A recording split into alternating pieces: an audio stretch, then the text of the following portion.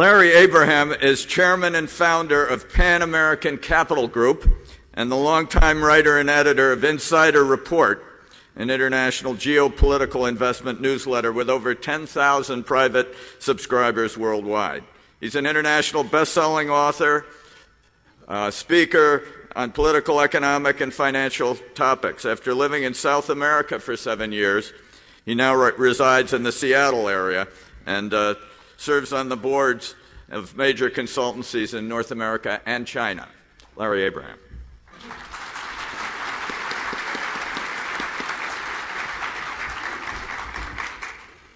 Thank you, Mr. Gilder. Let me just say one thing about this panel before we start, before I go to my comments. One thing that I'm most encouraged about, having been speaking at conferences like this for almost 40 years, I'm delighted to see the leadership in such capable hands as young conservatives like Dinesh D'Souza. That is really a remarkable achievement. And I started following his career when he was making life miserable for a bunch of people who so richly deserved it when he was up at Dartmouth. Doug Casey and I have shared panels together forever, it seems like. And I never thought I would live to see the day that Doug Casey was on the same side of an argument as Walter Cronkite.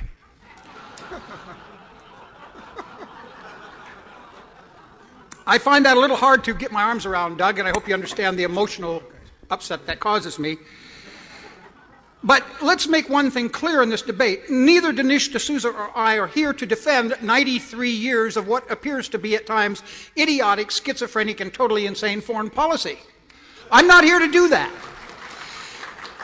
And furthermore, let me say that I every year admire, whenever the new Congress comes into existence, that this gentleman, Ron Paul, always introduces a resolution or a bill in Congress, the House of Representatives, to get us out of the United Nations.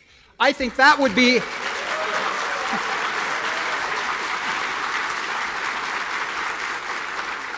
that not only would be a major start, that would be the major beginning to many of the ideals that we're talking about and share in this audience. How can we constantly turn over our foreign policy making decisions to the United Nations?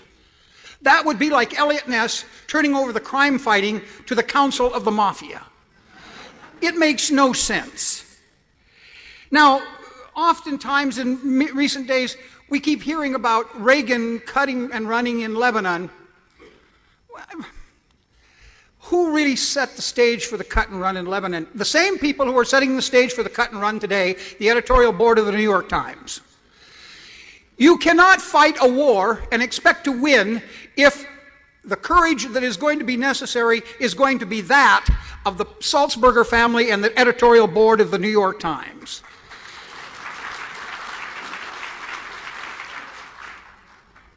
I'm opposed to helter-skelter intervention, but I never heard our friend Ron Paul mention September 11th, 2001. It's almost like it didn't happen.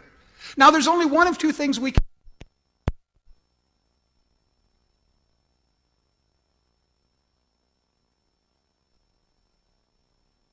Can you hear me at all? Oh, boy. Is there another microphone here?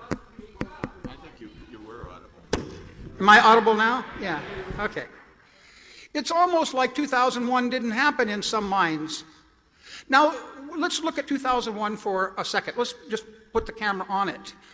Now, 2001 was what it was, what we think it was, or it was a vast right-wing conspiracy headed by George Bush, which ultimately had to include Bill and Hillary, because you don't plan a deal like that and get it all done in 8 months. Or it becomes the craziness that you see out there on the cybernet, blaming everybody except the people who did it. Are you going to buy in on that? I don't think so. One of the problems we have, you see, is that we're doing right now what we have done many times in the past.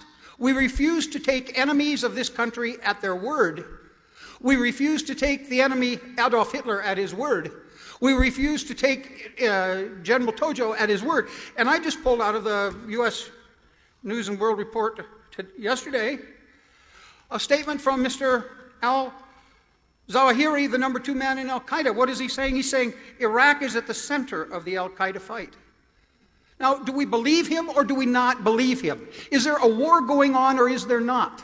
My problem with what's going on today is not that Mr. Bush went to war, it's that he went to war with political correctness as part of his war plan. He said early on that the people who made this attack were aided and abetted by people who financed it, encouraged it, did this, did that, and that anybody who was a part of that great plan would be viewed as an enemy of this country. I submit to you that is not happening. The major proponents of the war in Iraq are not coming from the circle inside the White House. The major proponents for the war in Iraq are coming from radical Islam.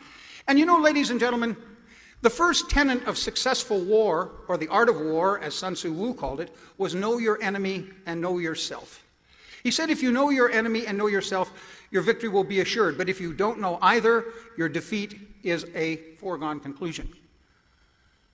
How many Americans really have taken the time to know what it is that we're dealing with? These people who hate us for what they believe to be profoundly deep and worthy reasons, but it isn't just something that just cropped up. This rancor goes back to the Battle of Tours, goes to Lepanto, certainly as recently as the 1920s and the rise of Wahhabism and the Saudi Peninsula, certainly the Ayatollah Khomeini in 1979.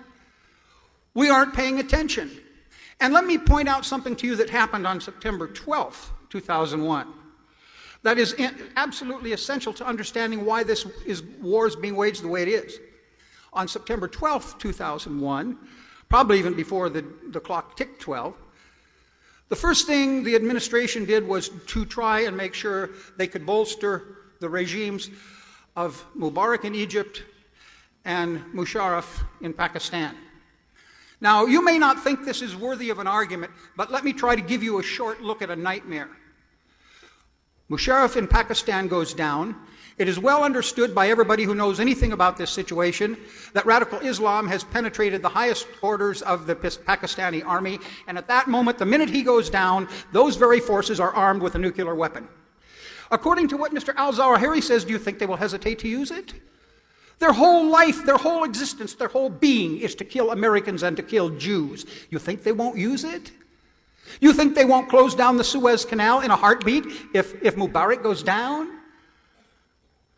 From Indonesia to Morocco, you have probably no more than 3,000 mullahs, so-called holy men, who are inciting this war.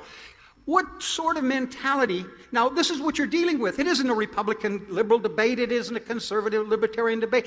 What sort of people, what sort of mindset says, look, my one and only son, beloved flesh of my flesh, let me strap bombs on you and have you go out and kill innocent people.